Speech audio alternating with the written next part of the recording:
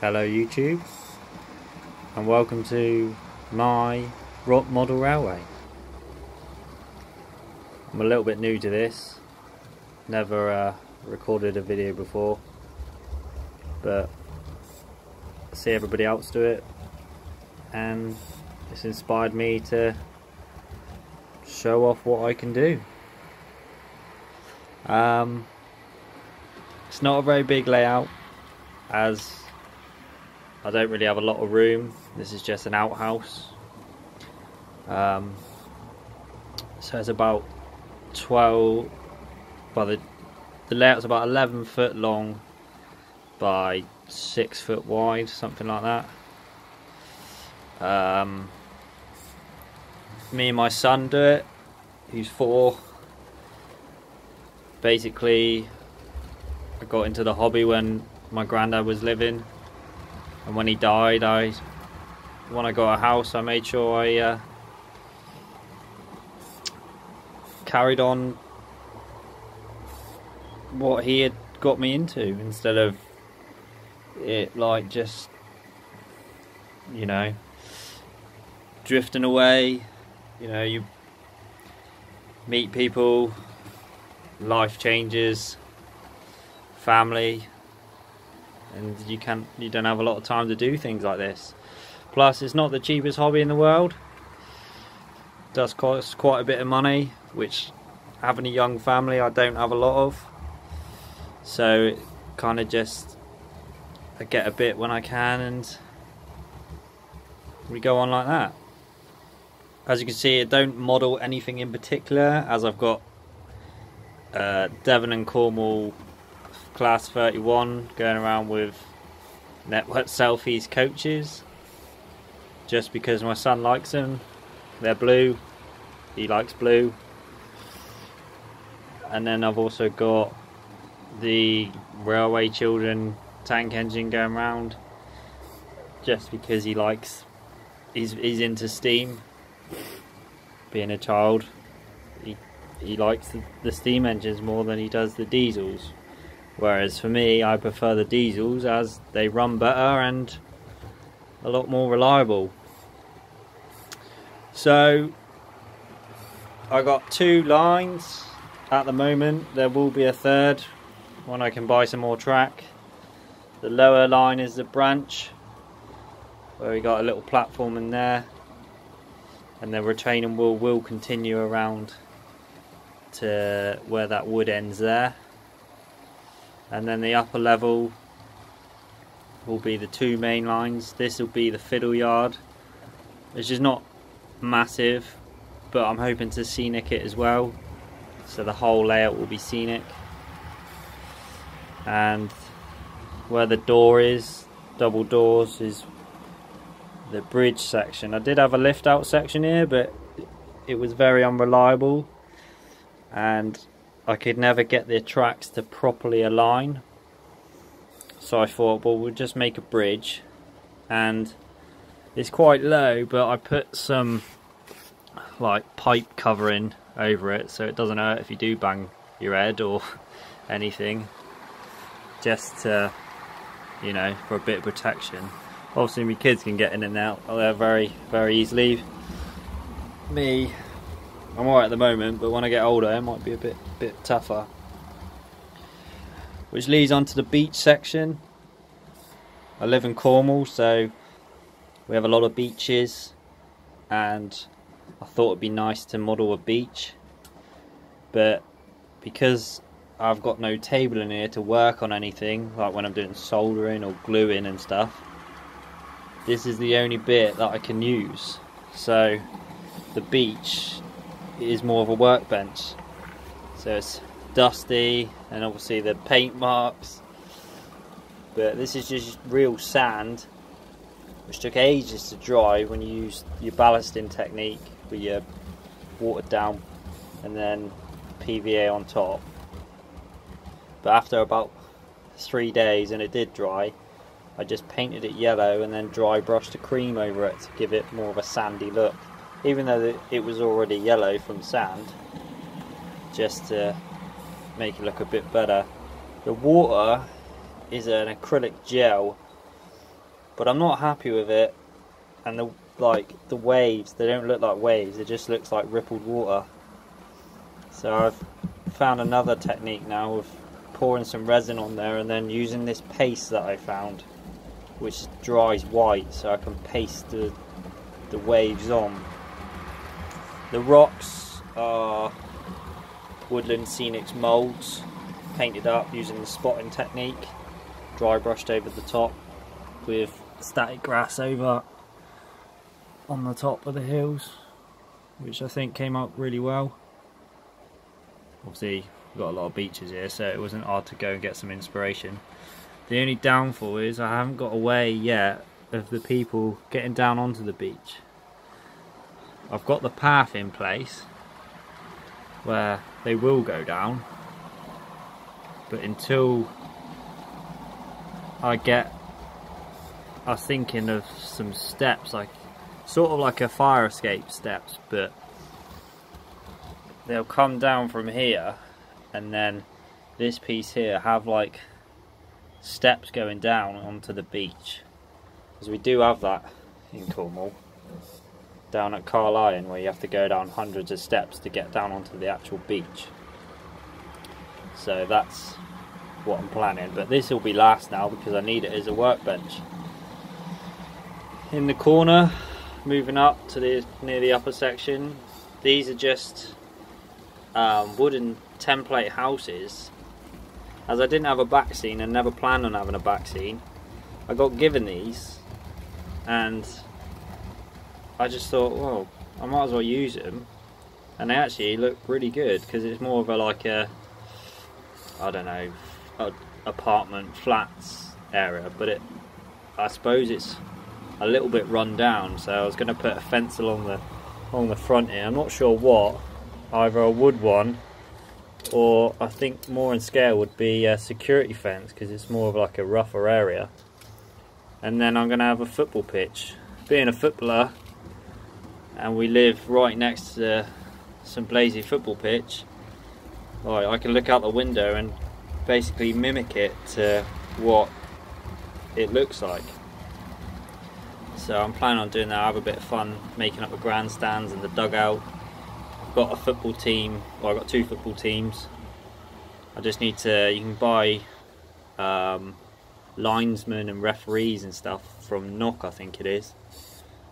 So I plan on doing that. And then this will be a roadway with the back or the rear of townhouses. So I'll scratch build some low relief townhouses, as I do that and sell them on anyway,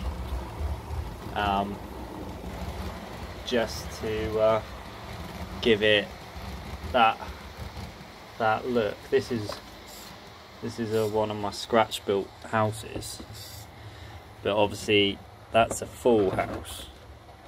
That's just made out of wheels, plastic card. But if I cut down there and then have them so it's just half a house, maybe even less than that, and then just do the rear of the gardens, so you'd have your fences and then the gardens in the back that you can do some nice scenes out of fences. Moving down over the road bridge, just go to a bridge with some plastic card. I don't know if you can see it, but I put lights in all my Oxford die-cast vehicles. It's got front and rear, and it has also got a flashing light at the top. But you always get a bit of light bleed, and I can't seem to stop it, no matter how much I paint stuff black, or they'll paint the interior black to try and, you know, get rid of the light bleed. You always just get some seepage. The traffic lights, all automated, work on their own, go for a sequence, and it'll go back to red. Same on the other side, no buttons involved. I don't know if you can see, it's a bit dirty in that bit down there. Can we see the traffic light? There he is. So that's that. Moving down into my construction yard. This is more for my kids. My little boy loves diggers, excavators, but I put the digger on a servo, so it'll do a run through of just moving from left to right. I haven't mastered it quite yet. I'm a little bit new to this servo lark. You program a chip through the computer to tell it what to do, but writing a program is like gobbledygook to me. It's just all, none of it seems to make any sense. It's not just like telling it to turn left, turn right. It's very hard, and I don't know how people do it with ease, because even though I've done it, it's very quick moving, and slowing it down, I can't seem to figure out how to do it properly. But the flashing lights are just made out of Christmas lights. They're a little bit bigger than what the scale should be, but I bought knock ones and I can't get them to work. I blew up 2. It says it needs to run off 16 volt, but 16 volt just popped them. So that digger will just carry on going through its servo course, and it has like a 10 or 15 second delay, and then it'll go again. I cut a hole through the baseboard and then made like another base, like piece of wood underneath, and put pipe work and stuff. And then I've got a button which gives all the sounds of construction men from my little boy. So that just goes through a cycle. So that's pretty cool. There's the button there. Just push it on.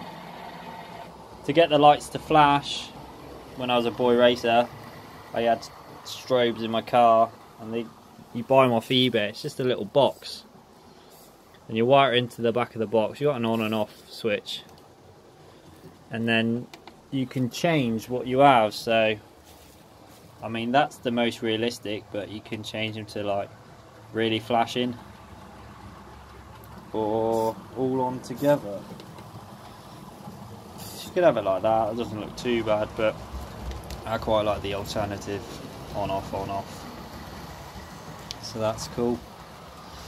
After a bit of demolition, because I keep catching my jacket on it, I've got a army base. So these are just using the Nissan huts, which I bought a kit from Ratio, but I like to scratch build stuff. So inside this one here, I customised the doors, and then I put all the workbench, and I don't know if I can quite get around there. There is a ramp with one of the Oxford diecast bikes on it. It's very dusty at the moment because I don't know how people, when they're working and building a layout, keep it clean. It just does not happen for me. Get muck everywhere. I've also, after watching Dave at Dean Park Station, one of my favourite YouTubers, I took it into my strides to buy some of the Heathco signals with the sensors underneath the track. So they'll go through timers and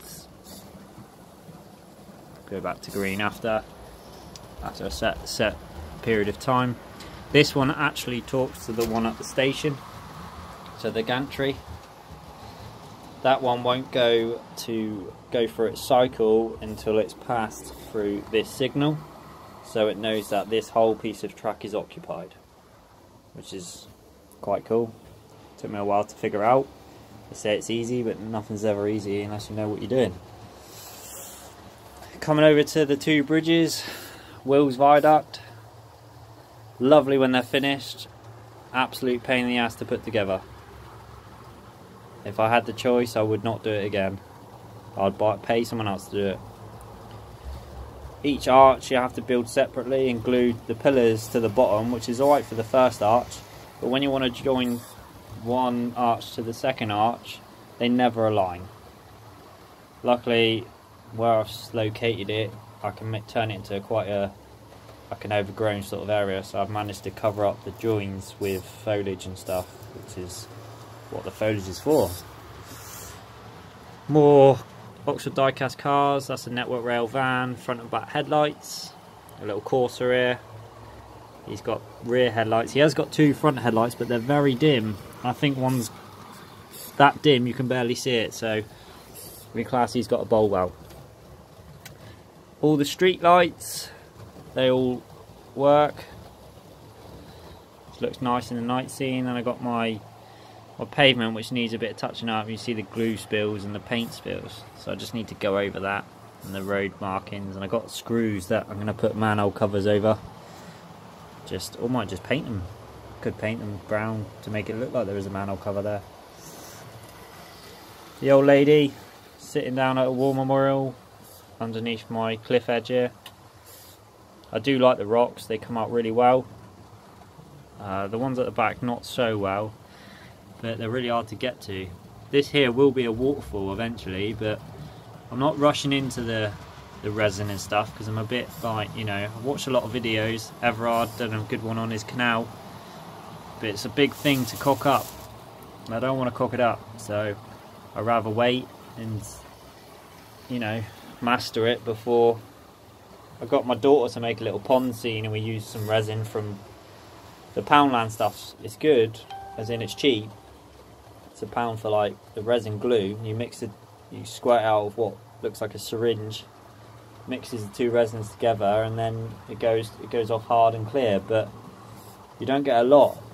So I think it's going to be, I'm going to try that on the sea scene, the beach scene, but for the river I'm going to maybe invest in buying some proper resin.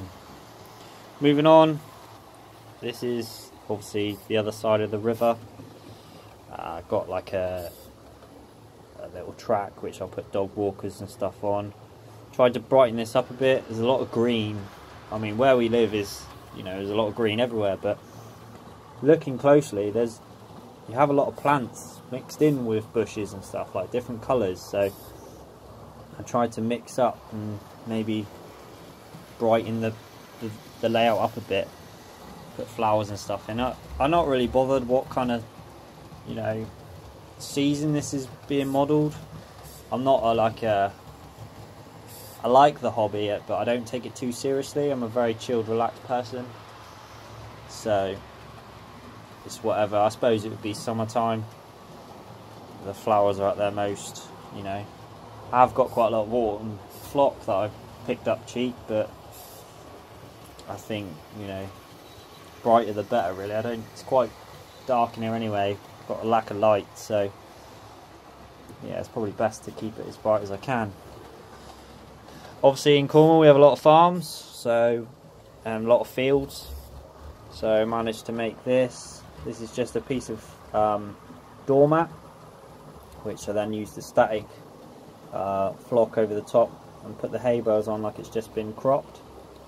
And then moving around, I got another one which is obviously just being planted or just been cropped as well, but to the extent of it's been turned just to mud, ready for whatever they're going to plant in it. I've managed to put some filler in there, make some tractor marks, some horses in this field, and then this will be a part of another field. Obviously it's been chopped, so it will look like the scene will carry on. Also in the back corner I've started doing a bit. Where we live in St Blazey we have Parr China Clay Works, which is China clay in Cornwall is a very popular thing. My dad and my granddad and my uncle, they all worked for China Clay or still do. So I thought, you know, it was the best thing to model, seeing as it means a lot to my side of the family. So I went to Parr, took some pictures and scratch built a China Clay Works. Obviously I had to make it low relief because of the space, I don't have a lot of it. So I made a settling tank, so the clay just gets stored in while it's, I don't know really, it's churned or, you know, settled for over time, thicken it up. And then that's the dryers. It looks like I've just put a load of bushes on the top, but that's the amount of growth that they have on top of the roofs is literally like a field. So the foliage is prototypical, not just me covering up some mistakes, but you know, which I normally use it for. As you can see, that's your main construction of your dryer, and your doors and everything, and this is where they have the conveyor belts that carries the clay from one dryer to the next, or whatever section it's going. And then you've got the pipes pump the clay from one tank to the next, or wherever it needs to go. If I zoom in, you've got the ECC van there with a worker. It's a forklift. And you've got your signage, bins, lights to light it up, and then that is your measuring, don't know what you want to call them, measuring fence or something, so the height restriction, so lorries over a certain height were only allowed in. There's some more lights there. If I just turn this one off, you can see quite a good night scene, and trees and foliage. So yeah, I'm very pleased with that. It come out really well. There's another one of the signals here, changes when it's tripped. Moving around, obviously this is the beginning of the fiddle yard, my very small fiddle yard, and some more of those back scenes there, industrial units or whatnot. They're only made of, like, I don't know, MDF, thin MDF, and then I suppose it's just a printed piece of paper stuck on, but whoever did them, they did a really good job at cutting them out, and yeah, made it a lot easier for me. Going around with your point work. Obviously when I get some more track I will finish this. This is the retaining wall. So this is a wheels kit and a Pico platform, and I just cut the platform into the wheels arches, which turned out really well. I'm really pleased with it, and when it's continued with the rest of the arches, I will put in this bit over here some industrial like units where you can put doors in the arches and businesses. So looking forward to that. I don't really know what to do with this bit. As you can see, I've got a massive gap.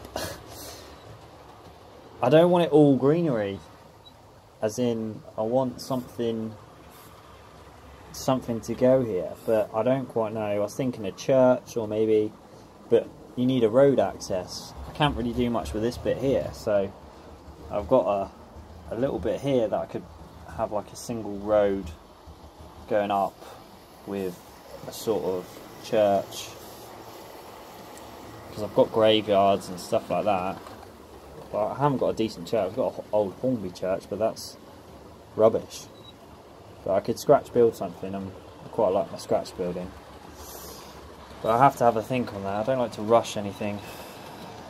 So the platform goes on there, put a subway in it. I've got a bridge, footbridge, that will probably go over this end, and then I've got your automated lights, which I put one on the station on the wall because I bought it cheap from a toy fair.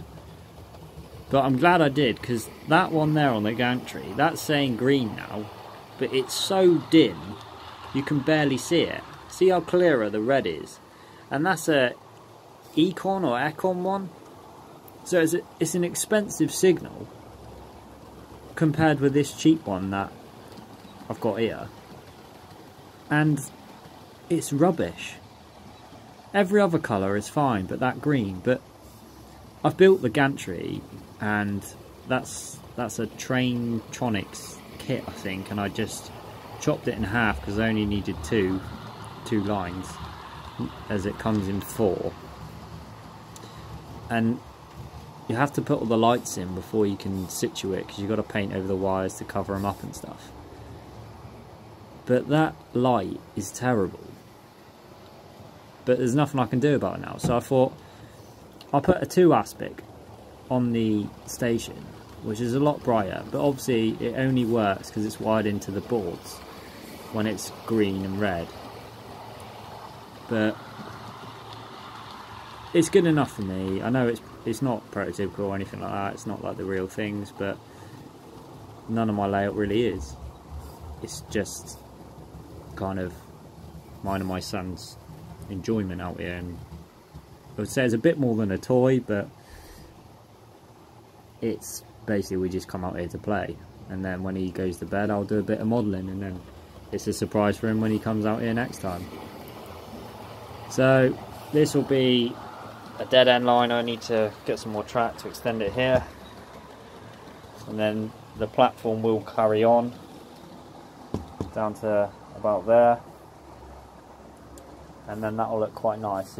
It's a branch line with obviously the main station, because I don't have enough room on the upper section to model a big station. I could take out the fiddle yard, but I can't be asked to keep putting stuff in and out of boxes. I don't have a lot of stuff as it is, but hopefully when we buy more, then I will have some more stuff, and you need a decent fiddle yard. Actually just going to end up breaking things, and with my 4-year-old as it is, he's quite rough.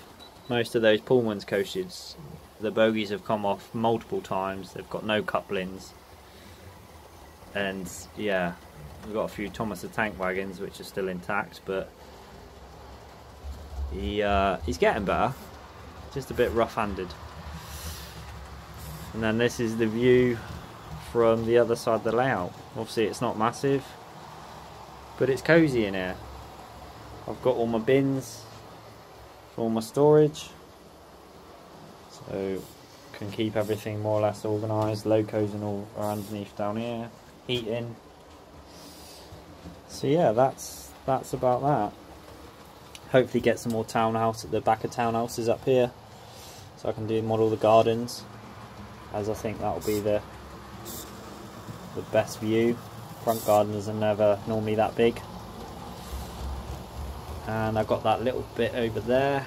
It's going to do a campsite in there, or some sort of, like, maybe people just pitched up tents with a fire burning. The good thing with these chips that control this servo is you can control endless amount of things. LEDs, display boards, and tell it to do whatever. It's basically a computer. So, and they're only like £4. It's an absolute steal. It's alright when you know what you're doing though, otherwise it won't do nothing. But yeah, we're getting there. So yeah, that's about it really. That's my first ever video on YouTube. When you get into it, you can't stop talking, but when I first started the video I didn't know what to say.